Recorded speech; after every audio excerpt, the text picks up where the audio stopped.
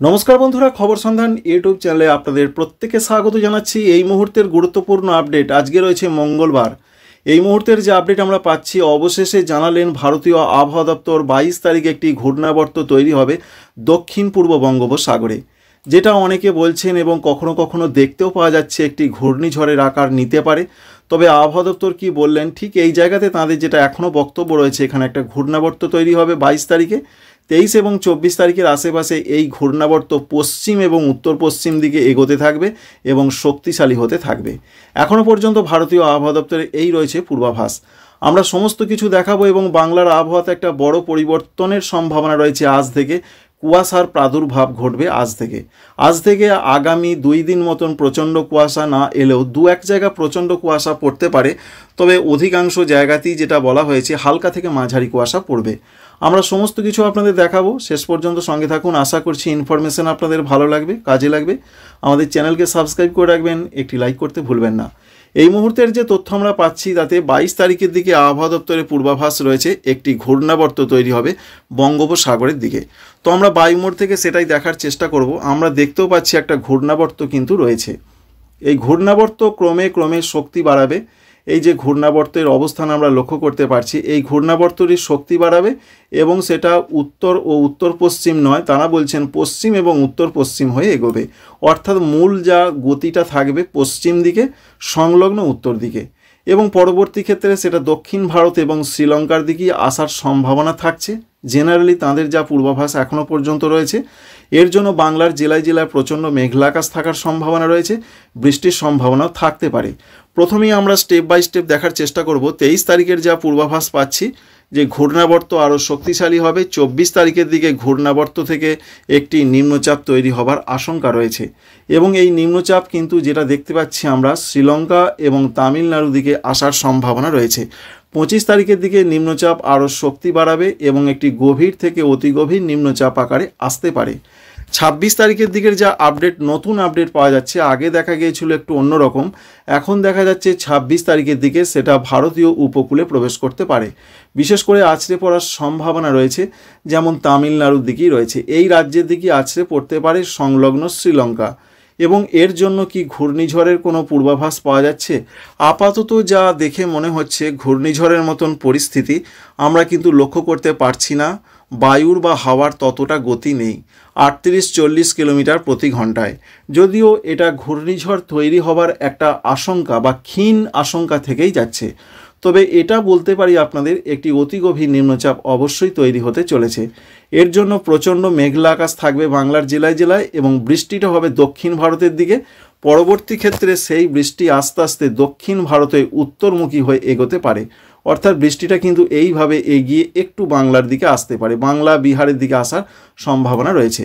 আমরা প্রথমেই মেঘটা দেখে নেব যে মেঘলা আকাশ কবে থেকে বাংলার জেলায় জেলায় থাকবে, এবং তারপর বৃষ্টি মোডে আমরা আসব। আমরা শুরু করব 22 তারিখ থেকে। 22 তারিখে ঘূর্ণাবর্ত তৈরির যখন সম্ভাবনা রয়েছে, তখন দেখুন বেশ মেঘলা আকাশ সারা দক্ষিণ ভারত জুড়ে, সঙ্গে বঙ্গোপসাগর অর্থাৎ দক্ষিণ পশ্চিম দক্ষিণ পূর্ব বঙ্গোপসাগরে প্রচণ্ড মেঘলা আকাশ থাকবে, সঙ্গে আন্দামান নিকোবর দ্বীপপুঞ্জে। এবং আরও পরবর্তী সময়ে যে আপডেট আমরা পাচ্ছি 23 তারিখের দিকে, এবার দেখুন পশ্চিমবঙ্গে, দক্ষিণবঙ্গে, উড়িষ্যা, ঝাড়খণ্ড, বিহার, উত্তরবঙ্গে বেশ মেঘলা মেঘলা আকাশ থাকবে, সঙ্গে উত্তর পূর্ব ভারতেও বেশ মেঘলা আকাশ থাকবে। এবং যা পূর্বাভাস রয়েছে এই মেঘলা আকাশ 24 তারিখের দিকে কখনো বা একটু হালকা, কখনো মেঘলা আকাশ এরকমই থাকবে। 25 তারিখের দিকের যা তথ্য রয়েছে তাতে 25 তারিখের দিকেও মেঘলা আকাশটা যে প্রচণ্ড থাকবে তা নয়, কখনো একটু হালকা, কখনো মেঘলা আকাশ এরকমই থাকবে। 26 তারিখ থেকে মেঘলা আকাশটা আস্তে আস্তে বাড়বে।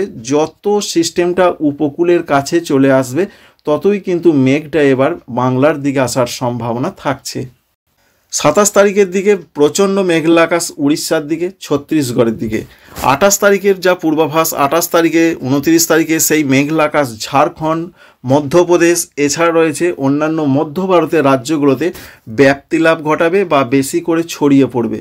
যার ফলে আমরা দেখতে পাচ্ছি যেমন রয়েছে ধানবাদ রয়েছে, সঙ্গে রাঁচি, এছাড়া জামশেদপুর, এই সমস্ত জায়গায় প্রচণ্ড মেঘলা আকাশ। সঙ্গে পশ্চিমবঙ্গের ক্ষেত্রে যেটা আমরা দেখতে পাচ্ছি, পুরুলিয়া রয়েছে, পশ্চিম বর্ধমান, পূর্ব বর্ধমান, এছাড়া নদিয়া, বীরভূম, মুর্শিদাবাদ, এই জেলাগুলোতে প্রচণ্ড মেঘলা আকাশ। ঝাড়গ্রাম জেলাতেও প্রচণ্ড মেঘলা আকাশ থাকবে পশ্চিমবঙ্গের ক্ষেত্রে। উত্তরবঙ্গে ততটা মেঘলা আকাশ আমরা লক্ষ্য করতে পারছি না। এবং 30 তারিখে যা পূর্বাভাস, 30 তারিখে মেঘটা বিহার এবং পশ্চিমবঙ্গের উত্তরবঙ্গের দিকে আস্তে আস্তে এগোবে, যার ফলে সমগ্র বিহার এবং মালদহ, পশ্চিমবঙ্গের দক্ষিণ দিনাজপুর, উত্তর দিনাজপুর এই জেলাগুলোতে মেঘলা আকাশটা বেশি থাকবে।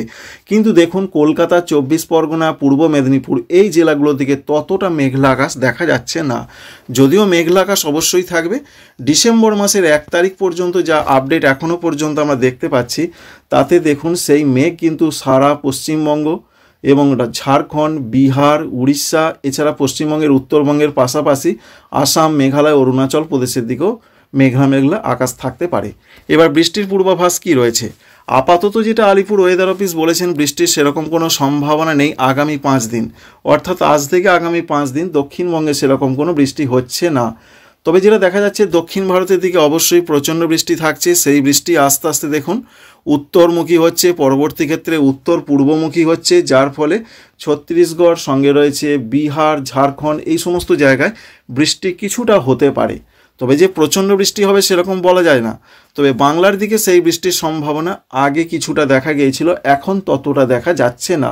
যেহেতু একেবারে বাংলার কাছে চলে আসছে বৃষ্টি এবং বেশ মেঘলা আকাশ থাকবে, তাই এটা বলা যেতে পারে সেই বৃষ্টির একটা আশঙ্কা থাকছে।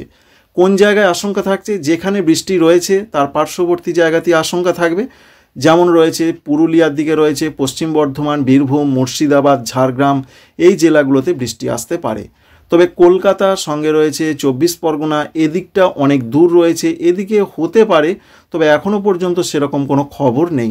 সুতরাং পশ্চিম দিকের জেলাগুলোতে বৃষ্টির একটা আশঙ্কা রয়েছে এবং রয়েছে মালদহ, দিনাজপুর, পশ্চিমবঙ্গের ক্ষেত্রে এই জায়গাগুলোতে, এছাড়া বিহার, ঝাড়খণ্ডে বৃষ্টির একটা আশঙ্কা রয়েছে।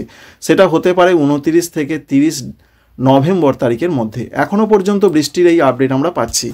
আগামী কয়েকদিন কেমন আবহাওয়ার পূর্বাভাস থাকবে, তাতে তাপমাত্রা আস্তে আস্তে বাড়বে। যেটা ওয়েদার অফিস জানাচ্ছেন যে আগামী কয়েকদিনে 2 থেকে 3 ডিগ্রি সেন্টিগ্রেড তাপমাত্রা বাড়বে।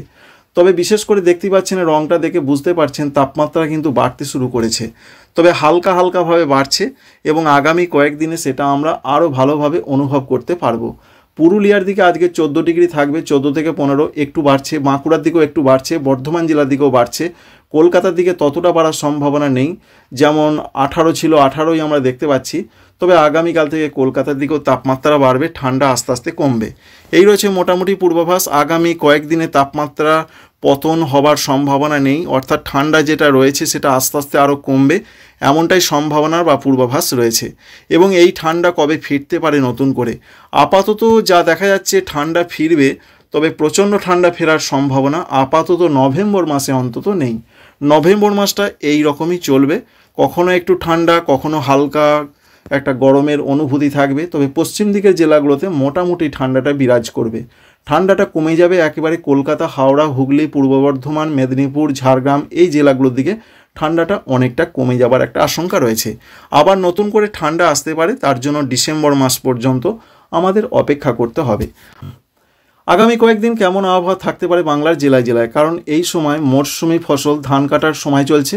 আপাতত যা পূর্বাভাস আপনাদের যেটা এতক্ষণ দেখালাম, একটি নিম্নচাপ আসছে, কিন্তু এটা মনে রাখবেন আরেকটি নিম্নচাপ কিন্তু তৈরি হয়ে গেছে, সেটাও রয়েছে দক্ষিণ পশ্চিম এবং সংলগ্ন শ্রীলঙ্কার দিকে।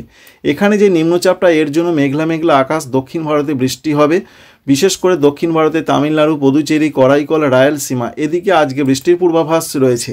অন্যদিকে সারা ভারতবর্ষে শৈত্যপ্রবাহেরও পূর্বাভাস রয়েছে, তার মধ্যে রয়েছে পশ্চিম মধ্যপ্রদেশ, এখানে প্রচণ্ড শৈত্যপ্রবাহ আজকে থাকবে, পূর্ব মধ্যপ্রদেশে থাকবে, এছাড়া থাকবে ছত্তিশগড়ের দিকে থাকবে, সঙ্গে যে আপডেট রয়েছে তেলেঙ্গানার দিকে থাকবে, এছাড়া রয়েছে পূর্ব রাজস্থান এদিকে থাকতে পারে। তবে ঝাড়খণ্ডে সেরকম শৈত্যপ্রবাহের আশঙ্কা আজকে থাকছে না, এই শৈত্যপ্রবাহ আগামীকাল পর্যন্ত থাকতে পারে। আর পশ্চিমবঙ্গের দিকে মেঘলা মেঘলা আকাশ থাকবে কিনা, বৃষ্টি তো হবে না আজ থেকে আগামী কয়েকদিন, সেরকম মেঘলা আকাশ নেই, কখনো কখনো হালকা মেঘলা আকাশ থাকবে। তবে এটা দেখে অনেকে হয়তো ভয় খাবেন যে নিম্নচাপে বৃষ্টি আসবে, কিন্তু সেরকম কোনো সম্ভাবনা আপাতত নেই। এই যে মেঘলা মেঘলা এটা দেখা যাচ্ছে, এটা প্রচণ্ড কুয়াশা আসতে পারে 20 তারিখের দিকে, সঙ্গে মেঘলা আকাশ থাকবে, জলীয় বাষ্প ঢুকবে, তার জন্য কুয়াশার প্রাদুর্ভাব বাড়বে, যেটা আবহাওয়া দপ্তর আগেই জানিয়ে দিয়েছেন। তো বন্ধুরা বুঝতেই পারলেন, মেঘটা মূলত শুরু হওয়ার সম্ভাবনা রয়েছে বেশি করে আমরা দেখতে পাচ্ছি 23 তারিখ থেকে 22-23 তারিখ থেকে মেঘলা আকাশটা বেশি করে থাকবে। আর বৃষ্টির আশঙ্কা রয়েছে পশ্চিম দিকের জেলা এবং উত্তরবঙ্গের নিচের দিকের জেলাগুলোতে, সেটা 29 এবং 30 নভেম্বর তারিখে।